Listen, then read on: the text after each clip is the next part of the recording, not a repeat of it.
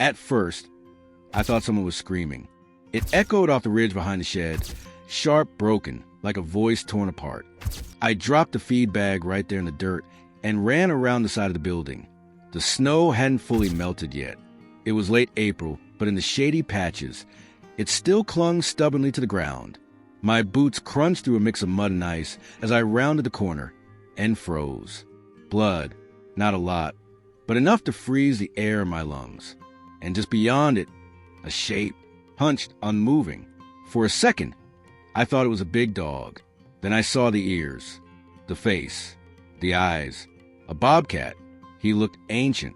His fur was dirty, ragged in patches. One of his back legs bent in a way that didn't look natural. And his eyes, they weren't wide with fear. They were just watching me, flat and yellow and tired. I took a step back. He didn't flinch, didn't growl, just watched. "Damn," I whispered. "What happened to you?" He said nothing, of course. Just sat there, breathing shallow and uneven. I stood there for a while, weighing what to do. Call someone? Animal control? Drive away and pretend I hadn't seen anything? But he didn't run. And there was something in the way he looked at me. Not fear, not trust either. Just a kind of tired surrender. I backed away slowly, grabbed some gloves and an old towel from the shed. Found a plastic tarp too. Figured I might need it. My hands were shaking. The last wild thing I tried to help was a baby raccoon. This was different. When I came back, he hadn't moved. I knelt nearby, keeping low. "Not gonna hurt you," I said. My voice came out too soft, like I was talking to something that might break. He blinked. That was it. I tried sliding the tarp under him. He twitched once, but didn't resist. That was the part that really got me.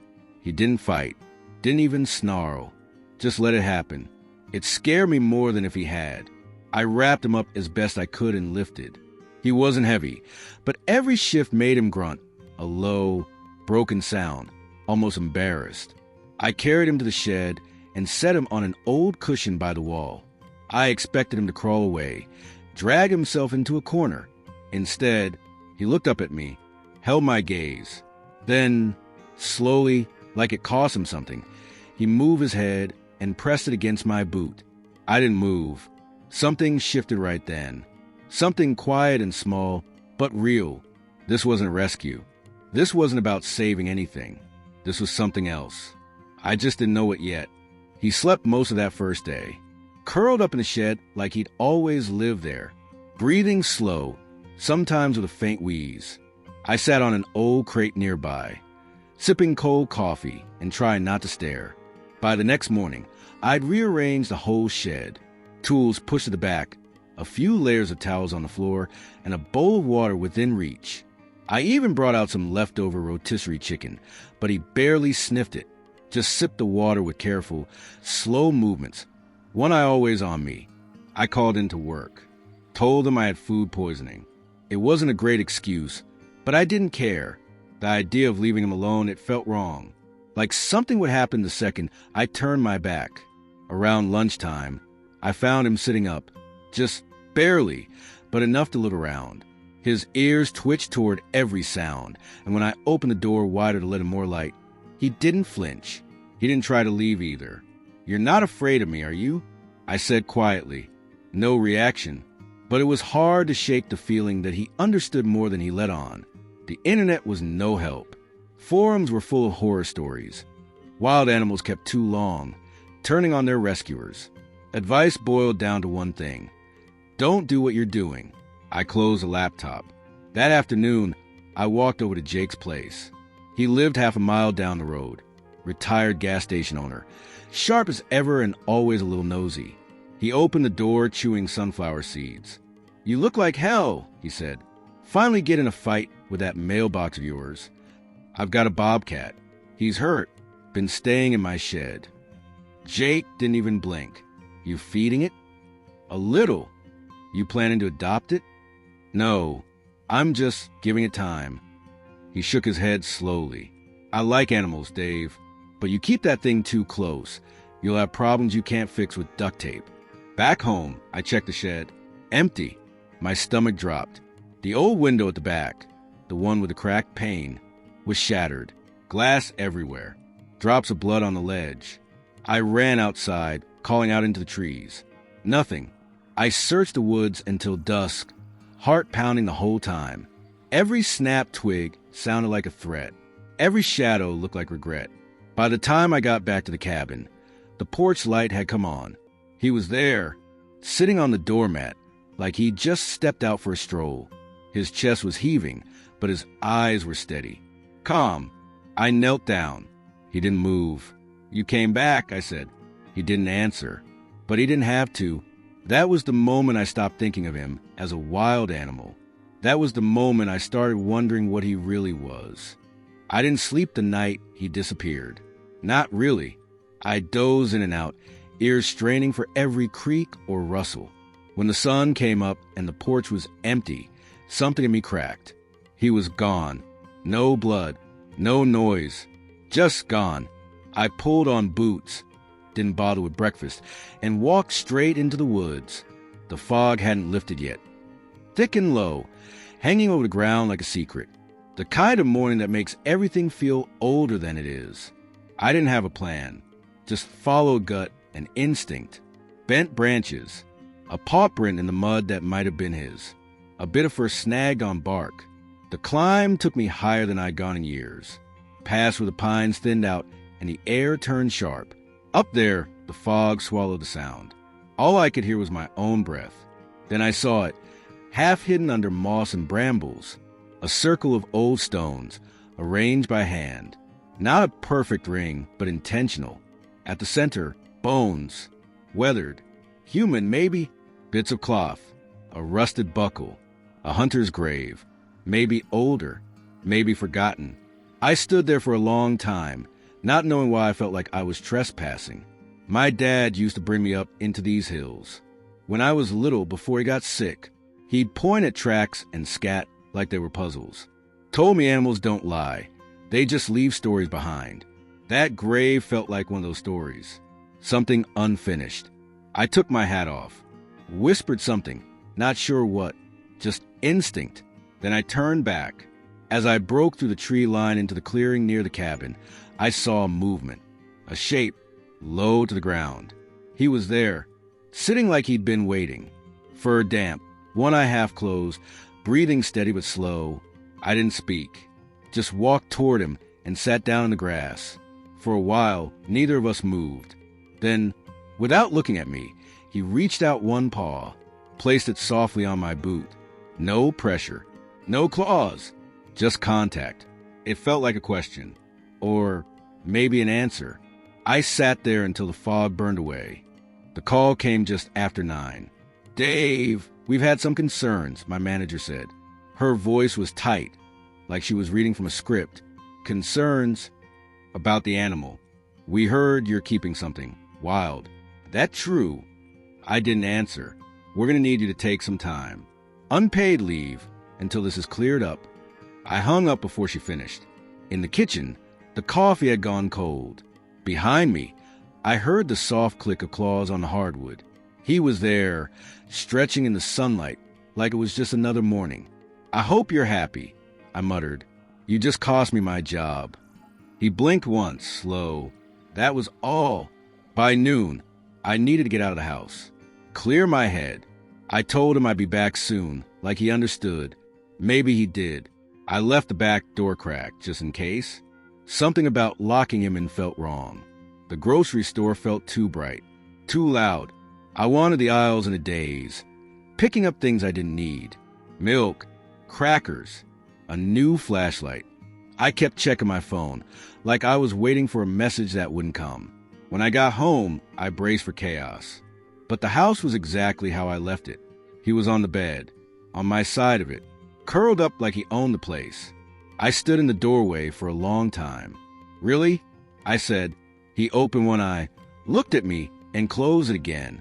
No mess, no broken furniture, no accidents, not even a scratch on the door. It was unsettling. That night, I couldn't sleep. I kept thinking about how he acted, not like a wild animal. Not really. Too still, too in control. Somewhere around 2, I woke up, not sure why. The house was quiet. No wind. No creaks. I sat up. The bed was empty. I got out of bed, walked barefoot to the living room. He was there, sitting by the front door, completely still, not looking at me, not moving, just waiting. For what? I didn't know. But in that moment, with moonlight catching the edge of his fur, I realized something. He didn't just belong here. He was watching for something. Or someone. I was combing through the fur behind his ear when my fingers caught something hard. At first, I figured it was a tick. But it didn't move. I leaned in closer. Not a bug. A small scar. Beneath it, something smooth and solid, just under the skin. A chip. I stared at it, heart thudding. Who chips a bobcat? The next morning, I drove to a vet 2 towns over. Somewhere nobody knew me. I told the front desk I'd found a stray, didn't mention species. The tech scanned him while he lay sedated in the carrier. She frowned at the screen, then quietly left the room. The vet came in a minute later. Middle-aged, calm eyes, no smile. You say this is a stray? I nodded slowly. He glanced at the monitor. This chip's registered to a federal wildlife research program. Out of state. Oregon. My mouth went dry. Why would they chip him? He hesitated. Some of these animals are part of behavioral studies, conditioning trials, rehab after lab tests. They don't all stay wild afterward. Is he dangerous? A pause. Not in the way you think. But he's trained. Or was. I didn't ask more. Back home, everything looked the same, but it didn't feel the same. He watched me with those unreadable eyes. He stretched in familiar spots, paced the hall like he always did. But now I noticed things. When I said sit, he did. When I tapped my fingers twice, he froze mid-step. He didn't just understand tone. He knew commands. He was following rules I'd never taught him. Later that night, I sat on the porch with a blanket wrapped around my shoulders. The sky was clear. No wind, just stars. He came and sat beside me. Close, but not touching. You were made for something, weren't you? I said. He didn't blink. Just stared out into the dark, like he remembered a place I'd never seen. And then came the knock. 3 quiet raps. Not urgent, just deliberate. I opened the door. A man stood there. Same guy from before. Neatly dressed, calm face, wrong kind of smile.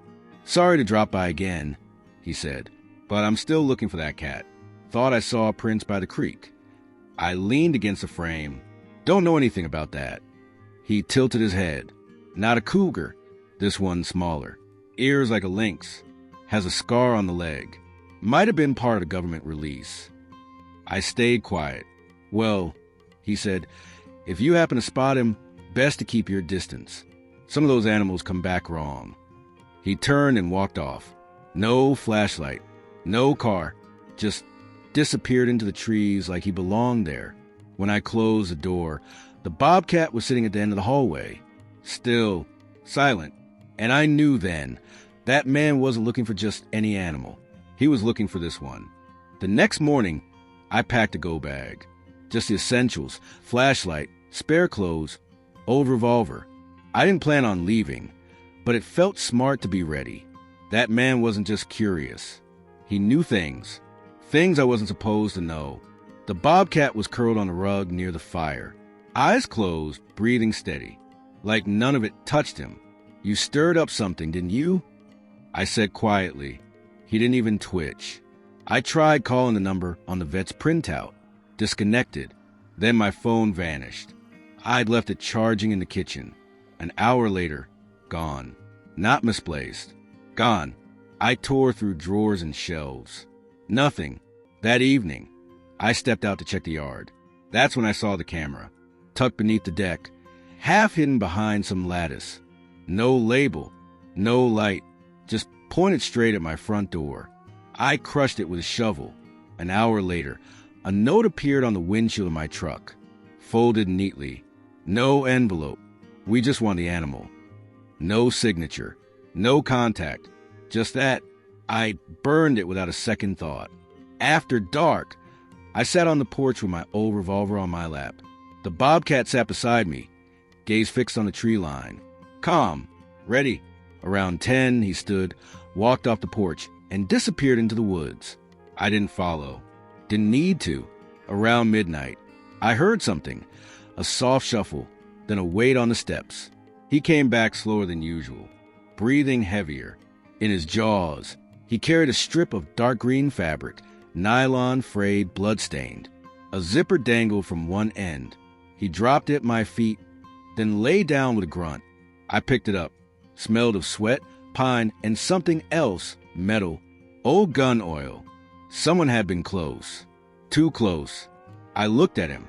He didn't look proud, just tired. I didn't ask what happened. Instead, I locked the door. All the doors. For the first time since I moved into that cabin, I slid the deadbolt shut from the inside. And I didn't sleep. It became routine. Every night, just after sunset, he'd leave. No sound, no glance back. Just slipped into the trees like he belonged more out there than in here. And every morning, before first light, he'd return. A scratch on his ear one day. A torn bit of leaf stuck in his fur the next, but always intact. Always calm. I stopped trying to stop him. The woods had taken something from him, but maybe they also gave something back. Then came the morning he didn't return. At first, I told myself he was just late, maybe resting under a tree, watching the sky change colors. But by noon, my gut started to twist. I scanned the ridge with binoculars. That's when I saw him, not the bobcat. A man, standing motionless on a distant outcrop, just above the old quarry road. He held something to his face. At first, I thought it was a camera. Then I saw the glint, lenses, binoculars. He was watching. I raised my hand. He didn't react. Just lowered the binoculars and slowly stepped back into the trees.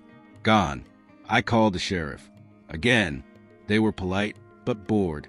Unless he's on your property or making threats, we can't do much, the deputy said. I hung up before she finished the usual line. That afternoon, Jake showed up. No knock. Just appeared on the porch like he'd been standing there a while. You okay? He asked. I'm fine. You sure? You're jumpier than a deer in hunting season. Folks in town are talking. Let them. Jake looked past me, into the house. You still got that cat? I didn't answer. He left without another word. That night I stayed up. No sign of him. Not a rustle. Not a shadow. I left the porch light on. Sat there till sunrise. My back ached. My hands were cold. When I finally stepped back inside, something fell off. The front door. I knew I'd locked it. Deadbolt and all. I remembered turning the key. But there it was, wide open. The breeze didn't do that. And the house behind me was silent. Too silent. I stood at the open door for what felt like hours. The hinges hadn't squeaked. The wind hadn't howled. But it was open, wide. Like someone wanted me to know they'd been here. Or worse, that he had left. I walked the tree lean until my legs ached. Called into the trees until my voice cracked. Followed faint trails, broken branches, anything that looked like a sign. Then I found it. A smear of blood across a patch of moss. Not much, but enough. Then another, a paw print, slight drag on the right side. And finally, the collar, torn, buckle twisted, spotted with blood and dirt. I picked it up with both hands like it might fall apart if I breathed too hard. That night, I sat by the fire, the collar on the table in front of me. I didn't eat, didn't speak, just listened to crackle the wood, hoping, stupidly, to hear a soft thump at the door. It never came. Days passed. No prints. No eyes watching from the ridge. No messages. Just silence. Then, a week later, a letter arrived. No name. No return address. Inside, one photograph. The bobcat sat in a clearing. Upright. Alert. His coat clean. His expression blank. Beside him, crouched was a man, the one from the porch, wearing camo, smiling like he'd just caught something valuable. I stared at the photo until my hands shook. Then I walked outside, dropped in the fire pit, and lit the match. Watched it curl and blacken until it was nothing. The days grew longer. I chopped wood, fixed the shed window, let the grass grow too high. Jake stopped checking in. I stopped answering the phone. I was still there, but only halfway. Then, one evening, as the light dipped low and everything turned gold, I looked toward the ridge. A shape, still, watching. Same ears, same outline. I didn't move, didn't breathe. He stood there like a memory made real. And then he turned and vanished into trees. Maybe it was real, maybe it wasn't. But either way, I whispered, "Thank you," and closed the door. From the inside,